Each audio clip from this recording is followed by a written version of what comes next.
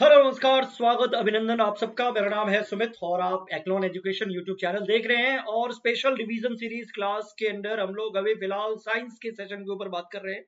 और ये science special class है, मेटल नॉन मेटल चैप्टर यानी चैप्टर नंबर 3 क्लास 10th। इसके ऊपर हम चर्चा कर रहे हैं और ये इसका दूसरा पार्ट है। इसका मतलब ये हुआ कि इस कॉन्सेप्ट का पहला पार्ट, इस चैप्टर का पहला पार्ट, मेटल नॉन मेटल का पहला पार्ट ऑलरेडी मैं कवर करवा चुका हूँ। इसी चैनल के प्लेलिस्ट में आपको मिल जाएंगे। और आज हम लोग दूसरे पार्ट्स के अंतर्गत कुछ मेन पॉइंट्स को डिस्कस करेंगे जो रिवीजन के लिए बड़ा इंपॉर्टेंट है और आप सबके लिए सेशन बहुत इंपॉर्टेंट होने वाला है। तो आगे बढ़ने से पहले एक रिक्वेस्ट जरूर करूंगा कि आप लोग इस चैनल को सब्सक्राइब कर सकते हैं अच्छे अच्छे कंटेंट के लिए, और आपके लिए बेहतर कंटेंट आते रहेंगे। फिलहाल आज की कहानी को मैं शुरू करता हूँ। देखो, ये चैप्टर जो है ना, chapter number 3 metal non metal, है ना। ये काफी लंबा चैप्टर है, बहुत सारे पॉइंट्स इसमें कवर करने हैं। एक पॉइंट मैंने ऑलरेडी आपको पिछली क्लास में बता दिया है कि what is physical properties of metals and non metals. Metals और नॉन मेटल्स के जो एलिमेंट्स के प्योर फॉर्म होते हैं, इनके फिजिकल बिहेवियर क्या होते हैं, फिजिकल प्रॉपर्टीज क्या होते हैं। लेकिन उस क्लास के अंदर मैंने आपको ये भी बताया था कि सिर्फ फिजिकल बिहेवियर जान लेने से मेटल नॉन मेटल का कंप्लीट आइडिया हमें नहीं मिलता है। और मेटल नॉन मेटल को और अच्छी तरीके से समझने के लिए हमें कुछ केमिकल प्रॉपर्टीज को भी समझना होगा कि एक मेटल कैसे ऑक्सीजन के साथ रिएक्ट करता है, फिर क्या होता है, एक मेटल कैसे पानी के साथ रिएक्ट करता है, एक मेटल या नॉन मेटल कैसे एसिड बेस से रिएक्ट करता है, फिर रिजल्ट क्या होता है। ये सब केमिकल बिहेवियर है और इसी को आज हम डिस्कस करेंगे। फिलहाल इसके कई पहलुओं को हमें समझना है। तो सबसे पहला पॉइंट क्या है? पहले पॉइंट को डिकोड करने के लिए मैं आपको बस ये बताना चाहता हूं कि आपके बुक में एक एक्टिविटी है, एक्टिविटी 3.8। यहां से ये कॉन्सेप्ट जुड़ा हुआ है। तो मैं इस 3.8 एक्टिविटी को अपने हिसाब से समझा देता हूं और इससे जो हमारे सामने कंक्लूजन आता है chemical properties of metal non metal की कैटेगरी का, वो आपके सामने निकल जाएगा। और वो बड़ा इंपॉर्टेंट है, थोड़ा सा समझो। आप इस विजुअल को देखो, विजुअल नंबर 1, और एक दूसरा विजुअल भी देखो, चित्र नंबर 2, है ना। दोनों आपके स्क्रीन पे आपको अभी लाल दिख रहा है। ये एक मेटल का रिबन होता है, मैग्नीशियम रिबन में भी शायद आपने देखा होगा। मैग्नीशियम क्या है? एक मेटल एलिमेंट है, ठीक बात है। और जब आप मैग्नीशियम रिबन को ऐसे बर्नर पे बर्न करते हो, जलाते हो, तो इसका मतलब ये हुआ कि इस मैग्नीशियम का रिएक्शन ऑक्सीजन के साथ हो रहा है ना। और इससे जो राख जैसी चीज या पाउडर जैसी चीज मिलती है इसके जलने से, पीते के जलने से, उसको हम कहते हैं मैग्नीशियम ऑक्साइड, है ना। इक्वेशन यही है, मैग्नीशियम प्लस ऑक्सीजन का रिएक्शन मैग्नीशियम का ऑक्साइड बनता है, ठीक है ना। इसको जला दिया, ये बन गया। इस एक्टिविटी में ये भी कहा जा रहा है कि अगर ये बन गया मैग्नीशियम का ऑक्साइड, तो अब इसे ना पानी में डिसॉल्व करो, वाटर में डिसॉल्व करो। तो मैग्नीशियम का ऑक्साइड मतलब मेटल का एक ऑक्साइड हो गया, पानी के साथ डिसॉल्व होगा। इससे आपको एक सॉल्यूशन मिलेगा, ठीक है ना। इससे एक मिक्सचर सॉल्यूशन मिला।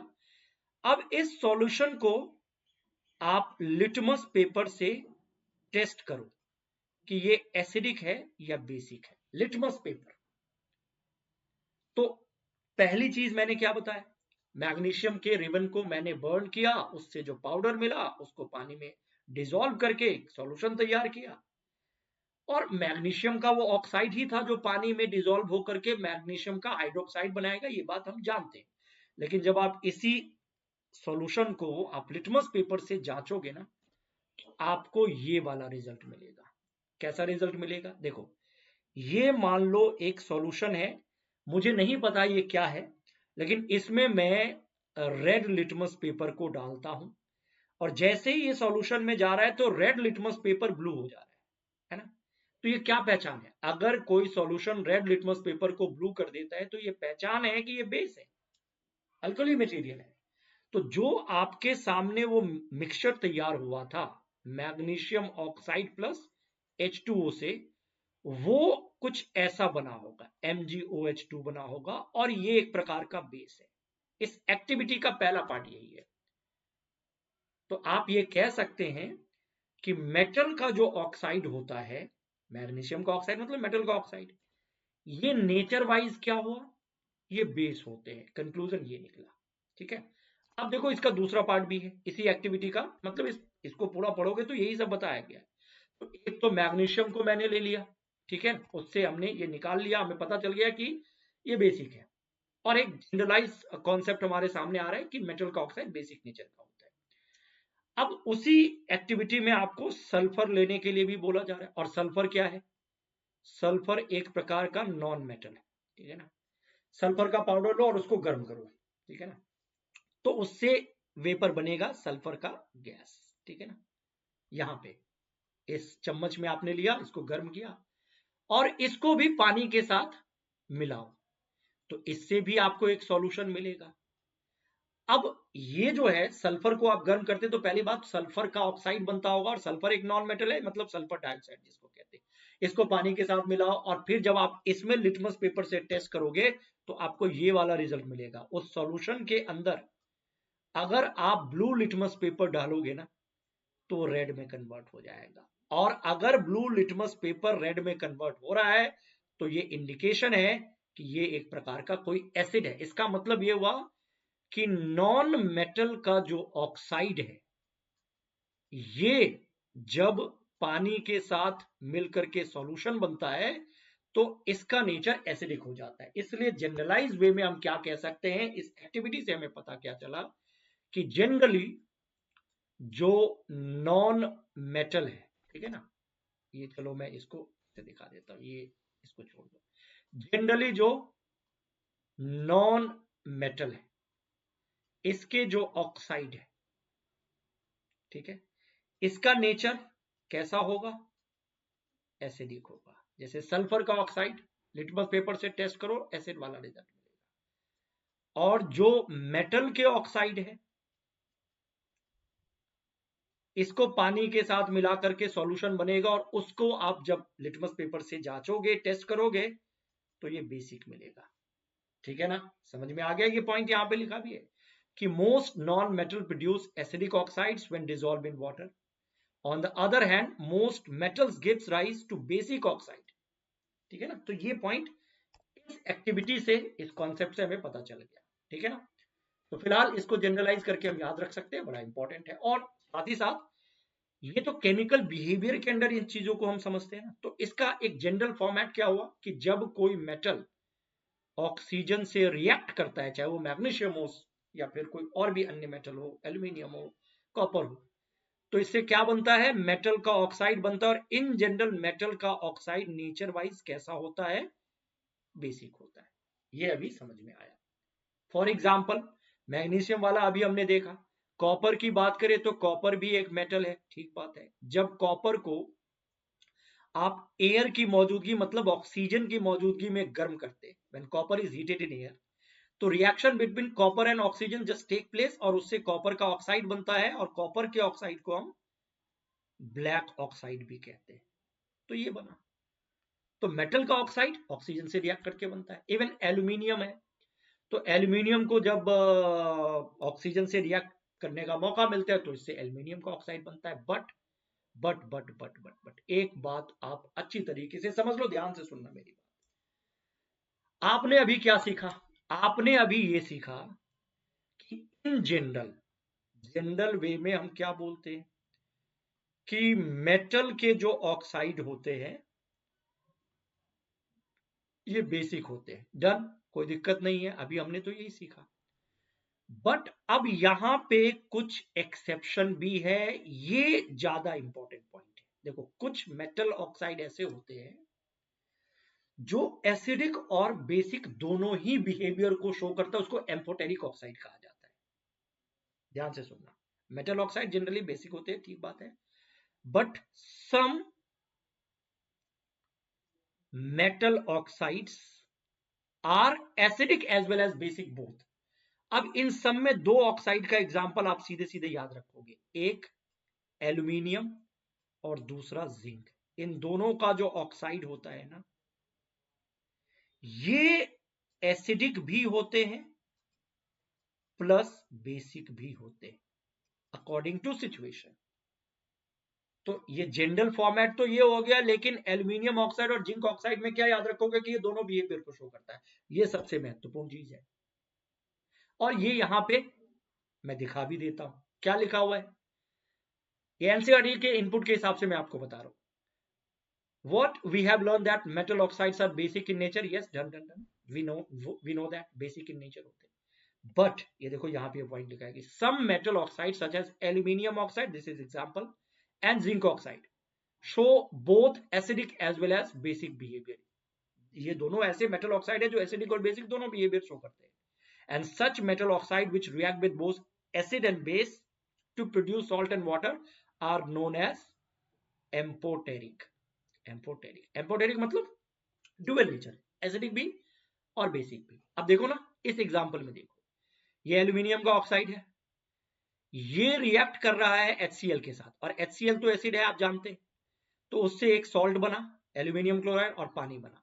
ये न्यूट्रलाइजेशन रिएक्शन तो याद होगा ना एसिड बेस में, जब कोई एसिड बेस से रिएक्ट करता है तभी सॉल्ट और वाटर बन रहा है।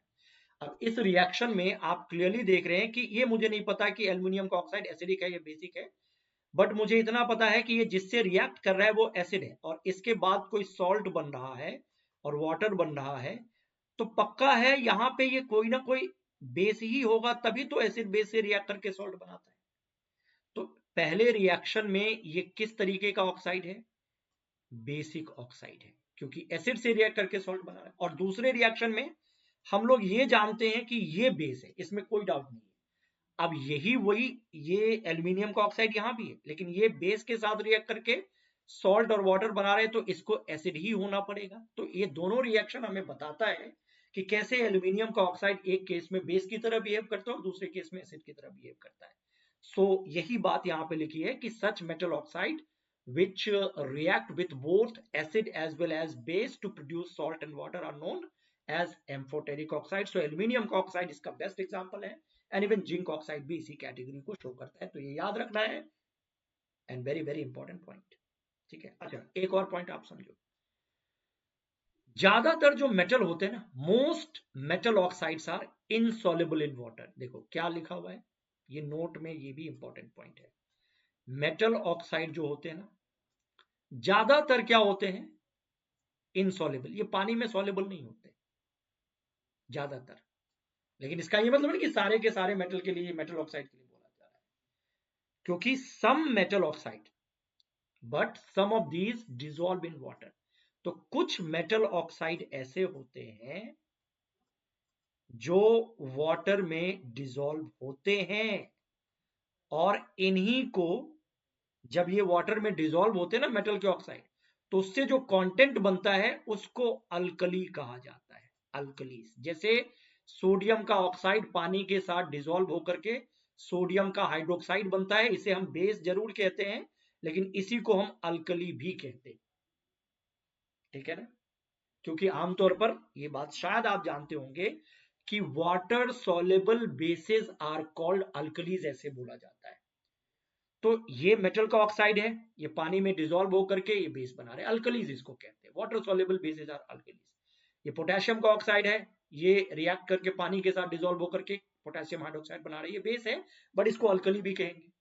तो जो मेटल ऑक्साइड वाटर में डिसॉल्व होते हैं वही अल्कलीज बना सकते हैं, जैसे सोडियम का, फिर पोटेशियम का, and so on. Sodium oxide and potassium oxide dissolve in water to produce alkalis. तो अल्कली और बेस एक ही जैसा लगता है, लेकिन वाटर सॉल्युबल बेसिस को इसी वजह से हम अल्कलीज कहते हैं। So we can say that. तो ये पॉइंट आप यहीं पे याद रख लोगे। इसके साथ अभी जो हमने केस देखा है उसमें हमने मेटल और ऑक्सीजन का रिएक्शन यूजुअली देखा है ना, ऑक्साइड बनता है और फिर नॉन मेटल ऑक्सीजन का भी ऑक्साइड बनता है, ठीक बात है। उसका अपना क्या नेचर होता है ये आपको समझ में आ गया, एसिडिक होता है, बेसिक, ये डन है। इसमें कहीं से भी कोई क्वेश्चन आएगा आप कर लोगे। अब देखो, जब ऑक्सीजन का किसी मेटल के साथ रिएक्शन होता है, मेटल प्लस ऑक्सीजन, तो कुछ रिएक्शन बहुत क्विक होता है, फास्ट होता है, कोई रिएक्शन स्लो होता है, तो सबका अलग अलग रेट होता है। सब एक ही रेट पे रिएक्शन को शो नहीं करता है, ये बात आपको याद रखना है कि all metals do not react with oxygen at same rate, सबका अपना पेस होता है रिएक्शन का। Different metals show different reactivities towards oxygen. जैसे कि कुछ बहुत एक्टिव जो मेटल होते हैं, जैसे आपने एक्टिविटी सीरीज में पढ़ा होगा, या नहीं पढ़ा है तो अभी सुन लो, कि पोटेशियम और सोडियम, ये दोनों मेटल काफी रिएक्टिव मेटल होते हैं। Potassium and sodium, activity series में ये सबसे ऊपर होते हैं ये दोनों, है ना। ये बहुत रिएक्टिव होते हैं और इनकी रिएक्टिवनेस की पहचान ये है कि जैसे ही ये खुले में इसको आप छोड़ोगे ना, इवन हवा में ये ऑक्सीजन के साथ रिएक्ट करके जलने लगता है। जब आप इसको पानी में रखोगे तो पानी के साथ तेजी से जलने लगता है, आग पकड़ लेता है। इसी वजह से चूंकि ये बहुत रिएक्टिव है, इवन हवा में पानी में जलने लगता है, इसीलिए इसको प्रोटेक्ट करके आप केरोसिन ऑयल में रखते हो, मिट्टी तेल में रखते हो। किसको? सोडियम पोटेशियम को, नहीं तो फिर दुर्घटना हो सकती है। सो यही बात यहाँ पे लिखी है कि metal such as potassium and sodium react vigorously, बहुत fast, quick, that can so we can say that they catch fire, even आग पकड़ सकता है, दुर्घटना हो सकती है। दैट्स वाई इसको अगर ओपन रखोगे तो ऐसा ही होगा, पानी के साथ ये संपर्क करेगा, ऐसा ही होगा।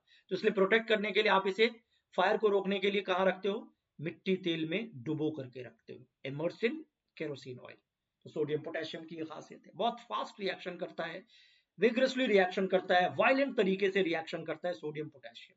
एक बात याद रखना है। बाकी ऑर्डिनरी टेम्परेचर पे, एट ऑर्डिनरी टेम्परेचर कुछ खास तरीके के मेटल होते हैं, जैसे एल्यूमिनियम हो गया, जिंक हो गया, लेड हो गया, है ना, ये, या मैग्नीशियम हो गया, ये सब कुछ ऐसे मेटल है जो ऑर्डिनरी टेम्परेचर पर ऑक्सीजन से रिएक्ट करके मेटल के ऑक्साइड का लेयर बनाता है। और ये लेयर, जैसे मान लो ये एल्यूमिनियम है, एल्यूमिनियम एक मेटल है, ऑर्डिनरी टेम्परेचर पे ये ऑक्सीजन से रिएक्ट करके ऑक्साइड बनाए, और ये ऑक्साइड का लेयर अगर इस एल्यूमिनियम के कंटेनर के ऊपर जमा हो गया ना, तो इससे एक परत जैसी चीज इसके ऊपर जमा हो जाती है, और ये एल्यूमिनियम का कंटेनर अब थोड़ा सा प्रोटेक्टेड हो जाता है फर्दर ऑक्सीडेशन से, ये कोरोड होने से अब बच जाता है, थोड़ा और ज्यादा कोरोजन की प्रक्रिया रुक जाती है इसमें, ये खराब उतना नहीं होगा क्योंकि एक ऑक्साइड लेयर ने इसको थोड़ा प्रोटेक्ट कर दिया।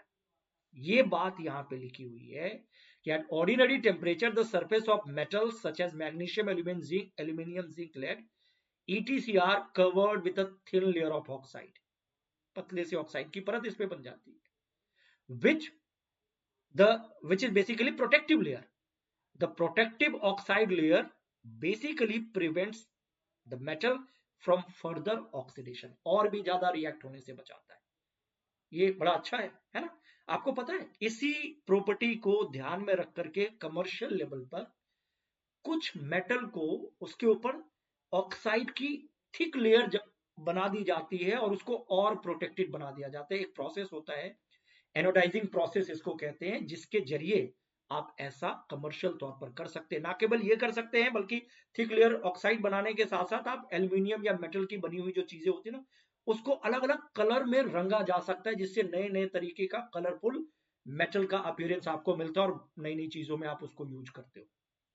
वो प्रोसेस होता है आर्टिफिशियल ड्राइव तरीके से, आप एक्स्ट्रा ऑक्साइड लेयर को लगा करके उसे और प्रोटेक्टेड बना सकते हो, उसे और बेहतर बना सकते हो। उस प्रोसेस का नाम होता है एनोडाइजिंग प्रोसेस। अभी मैं उसके बारे में बताऊंगा, फिलहाल इस पॉइंट को आगे में और एक एग्जांपल से समझा दूंगा। फिलहाल ये ऑक्साइड लेयर कहीं ना कहीं प्रोटेक्ट करता है और ज्यादा इसको कोरोड होने से बचाता है, प्रोटेक्शन के हिसाब से बड़ा इंपॉर्टेंट है, और इसको आप आर्टिफिशियल तरीके से और बेहतर कर सकते हो, इंडस्ट्रियल लेवल पे ये होता है। दूसरी बात नोट में ही याद रखिएगा कि आयरन एक मेटल है, बट गर्म करने पर यह जलता नहीं है। Iron does not burn on heating. हाँ, लेकिन आयरन के जो छोटे छोटे फीलिंग्स होते हैं ना, ऐसे बुरादे जिसको हम कहते हैं आयरन फीलिंग्स, इसको जब आप किसी जलती हुई फ्लेम के पास ऐसे फेंकोगे ना, तो ये फिर मतलब आप कहोगे कि तेजी से जलने लगता है, ऐसा हो सकता है। Normally iron metal does not burn on heating, but iron feelings burn vigorously when sprinkled in the flame of the burner। Burner के फ्लेम के पास लोहे के बुरादे को ऐसे फेंकोगे, छिड़कोगे, तो वो तेजी से जलने लगता है और उग्र हो जाता है वो आग, है ना। तो ये हम कह सकते हैं।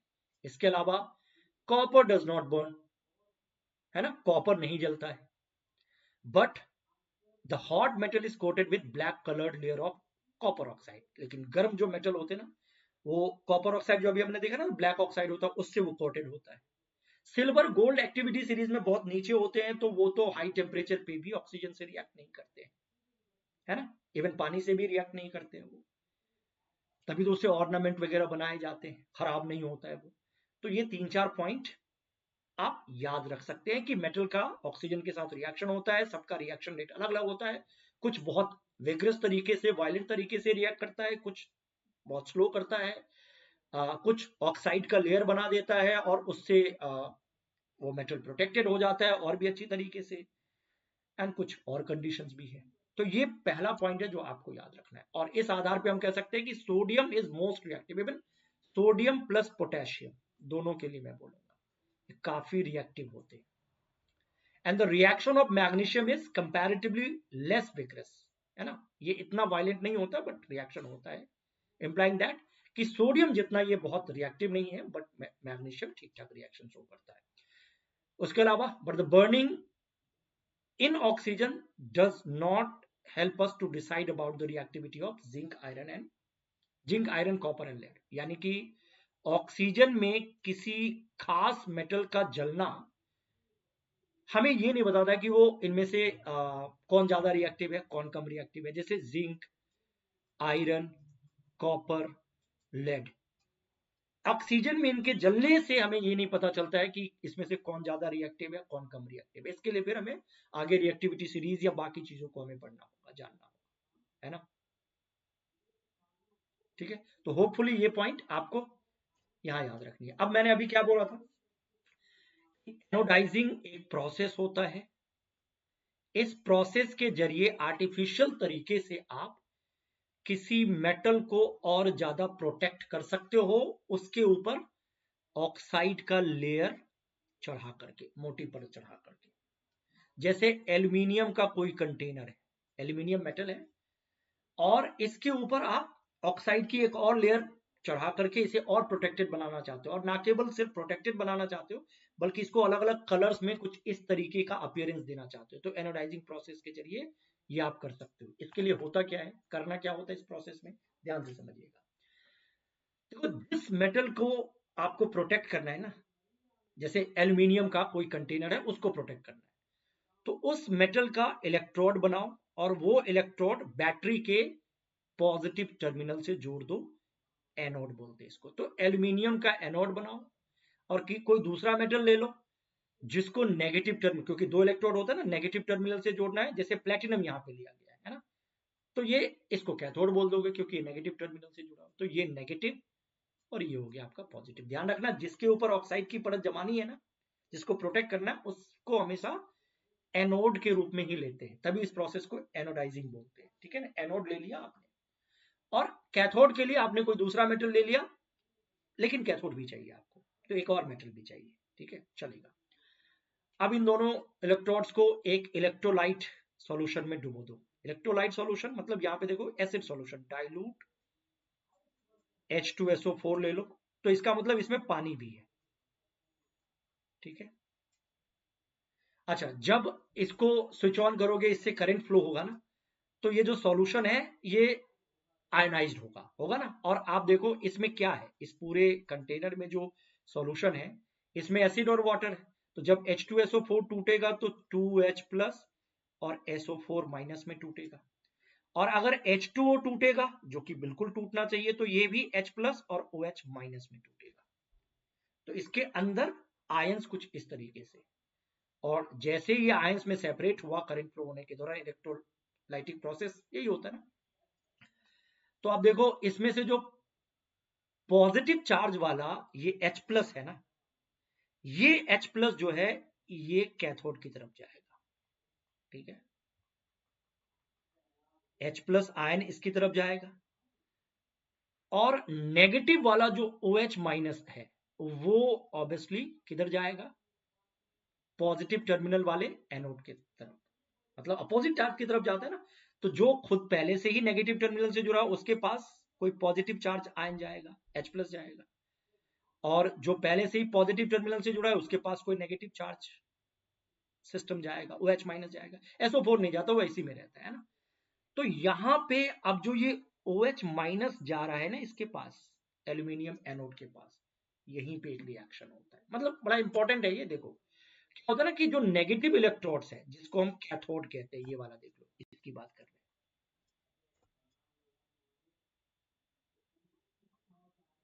कैथोड है ना, उसके पास जो H प्लस आयन जा रहा था ना, अब ये H प्लस आयन जो है ये बेसिकली इलेक्ट्रॉन गेन करके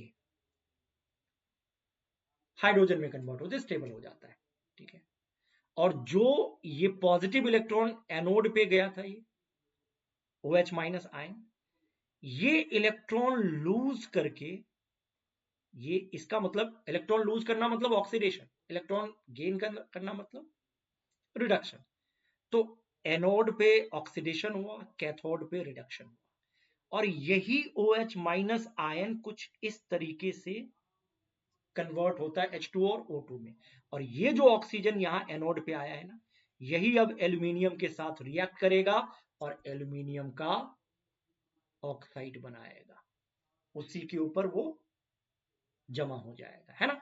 सो oxygen is then reacted with aluminium anode, जो ऑलरेडी आपने एनोड बनाया था एल्यूमिनियम का, और वहां आपने ऐसा कुछ हुआ कि वहां पे ऑक्सीजन बना। अब वही ऑक्सीजन एल्यूमिनियम इलेक्ट्रोड से रिएक्ट करके ऑक्साइड बनाता है, और यही ऑक्साइड उसके ऊपर जमा हो जाता है। तो यही होता है ऑक्साइड बनाने का प्रोसेस। एनीवन इसको आप रंग भी सकते हैं। तो कहने का मतलब सिंपल, मैं फिर से एक बार बोल देता हूं कि बेसिकली आप एनोडाइजिंग प्रोसेस के जरिए मेटल को के ऊपर और ऑक्साइड का लेयर लगा करके उसे और प्रोटेक्टेड बना सकते हैं। और उसके लिए आपको एक प्रोसेस कैरी करना होता है, ये प्रोसेस आपके स्क्रीन के ऊपर है।